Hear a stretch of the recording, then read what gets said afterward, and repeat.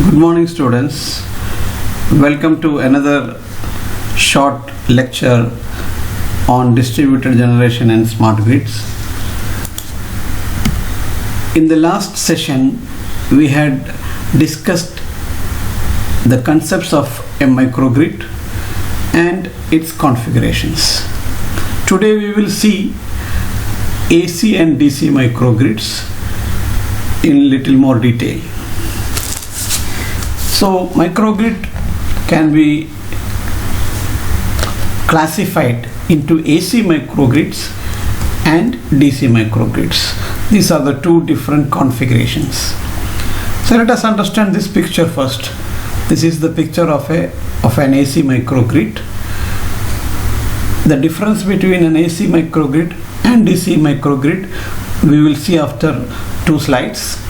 So if you look into this picture, you will see RES, that is the renewable energy sources, which are wind turbine and solar panels. The output of wind turbine is AC. You can see the AC sinusoidal signal symbol over there, which is converted to DC, and that DC is stepped up and then inverted into AC and connected to a common bus. Similarly, the output of the photovoltaic cell or the solar panel, it is already DC. It has to be stepped up or stepped down to bring it to the required voltage levels, and then that DC is again inverted and connected to the common bus. On the other side, you will see ESS. ESS stands for Energy Storage Systems. You can see here a battery and a flywheel. So a flywheel stores energy in mechanical form, which can be converted into electrical form.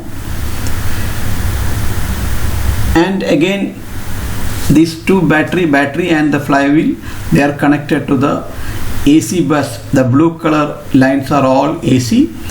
They are connected to the AC bus through inverters. On the other side, you will find a car, an electric vehicle, which has to be charged from the AC bus. So the car battery is DC. So the AC has to be converted into DC. So we need a rectification over there, and the rectified output is fed to the car charger. Similarly, if there is an AC load which has to be connected, so the AC bus has to be again either directly given to the AC load if compatible. If not compatible, then you have to first convert into DC and then again invert it to AC and give it to the AC load. Then at the bottom you will find household items like personal computers, mobile and fan. All these things may be working in DC or AC, especially a computer. All the electronics equipments, they normally work in DC. So we can take the AC from the bus and convert to DC and give it to those equipment. And a fan, it may be a DC fan or an AC fan. If it is a DC fan, then also we have to first rectify the AC and give it to the fan. You can see the green dotted lines, which shows the communication. It's a communication line. Now the AC bus can be stepped up and given to the distribution transformer, and by this way we can connect the microgrid to the utility grid. Now going to the next configuration, which is a DC microgrid. In DC microgrid, all the loads are basically DC, whether it is it's a bulb or a fan or whatsoever it is, all the loads are basically DC, And if you want to connect this DC microgrid to the AC grid, you have to have an inverter and connect it to the main grid. We will see the configurations in little more detail in the next slide. So let us see the AC grid once again. If you look at that red color line, red and blue color, so this is a DC voltage bus link. So on the left side you will find micro turbine generator set which produces AC, and this AC is converted into DC and connected to the DC voltage bus link. Wind turbine normally produces an AC signal converted to DC and connected to the DC voltage bus link. Similarly, fuel cell produces DC, PV array produces DC, diesel generator produces AC, which is again converted into DC and connected to the DC voltage bus link. Micro hydro normally produces AC, that is also converted into DC and connected to the bus link. Then a storage battery is there. Battery normally work with DC, so it can be directly connected to the DC voltage bus link. So what you should understand here is the distributed generators, it may produce AC or DC. If it produces AC, it has to be converted into DC and connected to the DC voltage link. If it produces DC, then again you might have to step it up to the required voltage and can be connected to the DC voltage link. Now this is an AC microgrid, so whatever DC voltage is available on the bus link, it has to be converted into AC. So we need an inverter. Using an inverter, we convert the DC to AC, and then this AC can be stepped up to synchronize with the utility power system, and we connect it to the utility at the point of common coupling, or we call it PCC. You can see 4 different types of loads in a AC microgrid. All these loads are AC loads, so it is connected to the AC bus, which is shown in black color. So that's all about an AC microgrid. Moving to DC microgrid, the left side is exactly the same, no difference. The only difference is the loads are DC. So you can see 2 different loads which are DC loads, and the DC is inverted and stepped up and connected to the utility at the point of common coupling. So basically the difference between an AC microgrid and a DC microgrid is the DC load and the AC load. That's the only difference. In AC microgrid, the loads are AC loads. In a DC microgrid, the load is DC. Other things are more or less the same.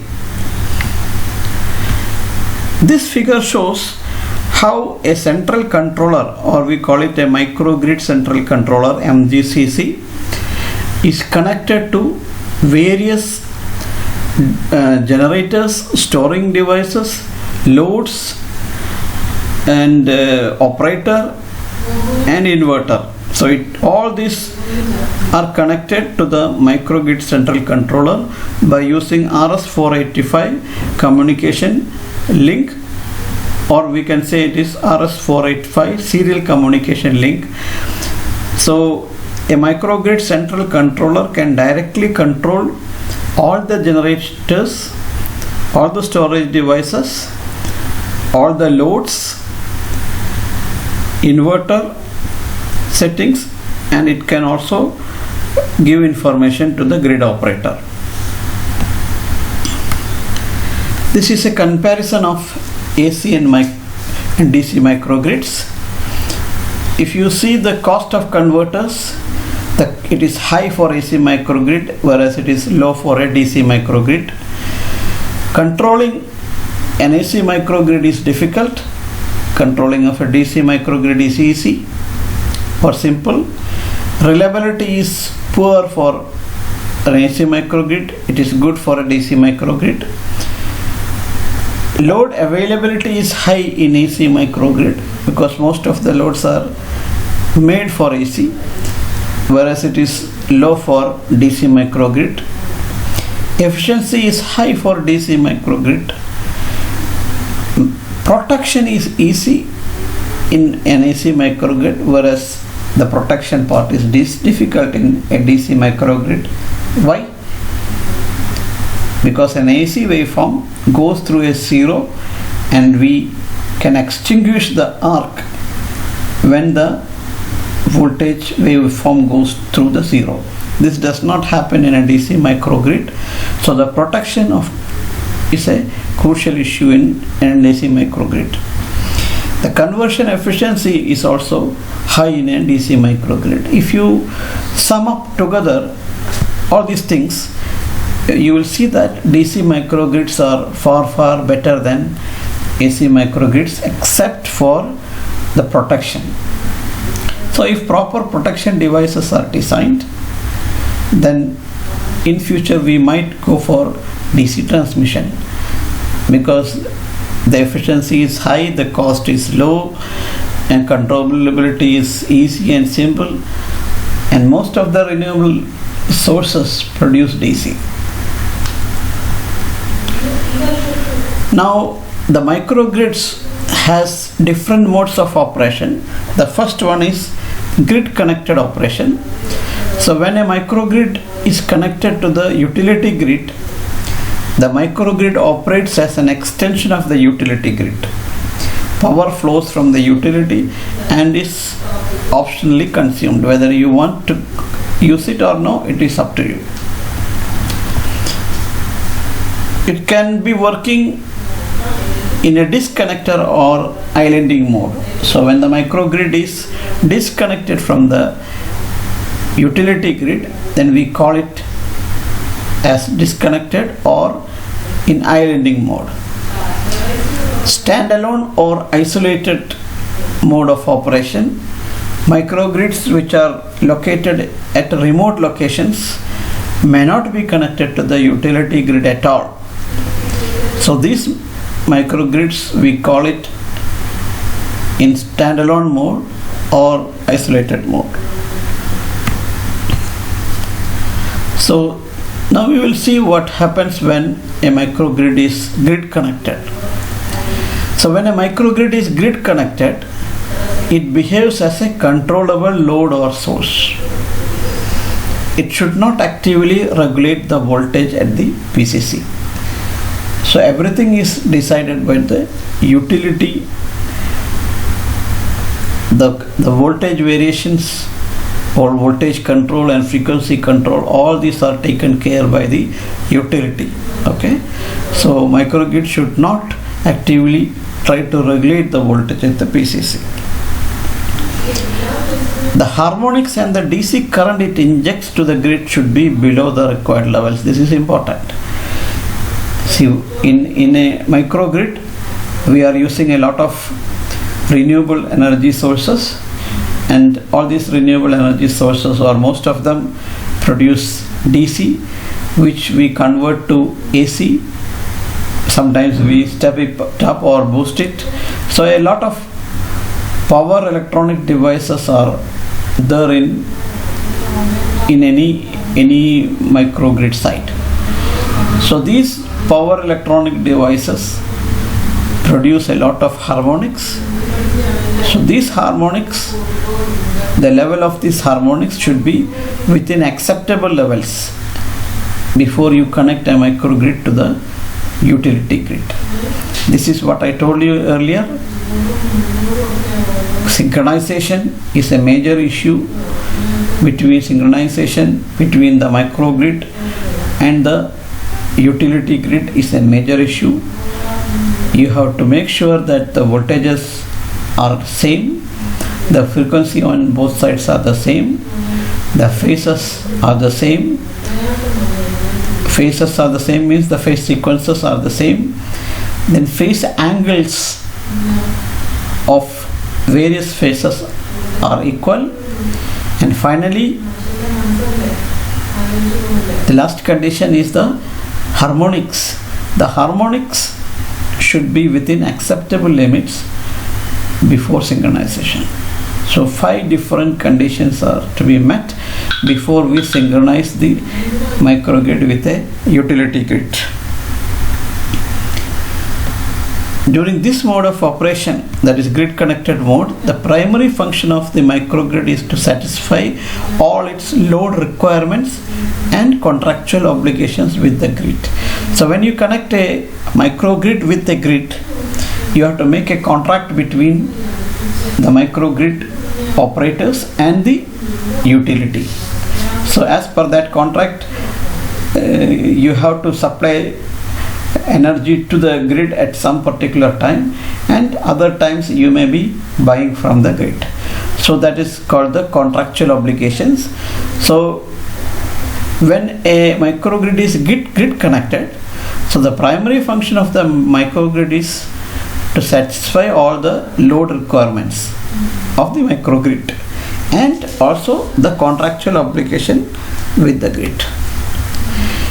Now we will see the microgrid in the islanding mode. The microgrid should disconnect when an abnormal condition occurs in the grid. So suppose there is a fault in the grid, so the microgrid should be immediately disconnected. So this is when a microgrid is disconnected from the grid, we call it in an islanding mode. And in an islanding mode, microgrid has to face a lot of issues. The first issue is voltage and frequency management.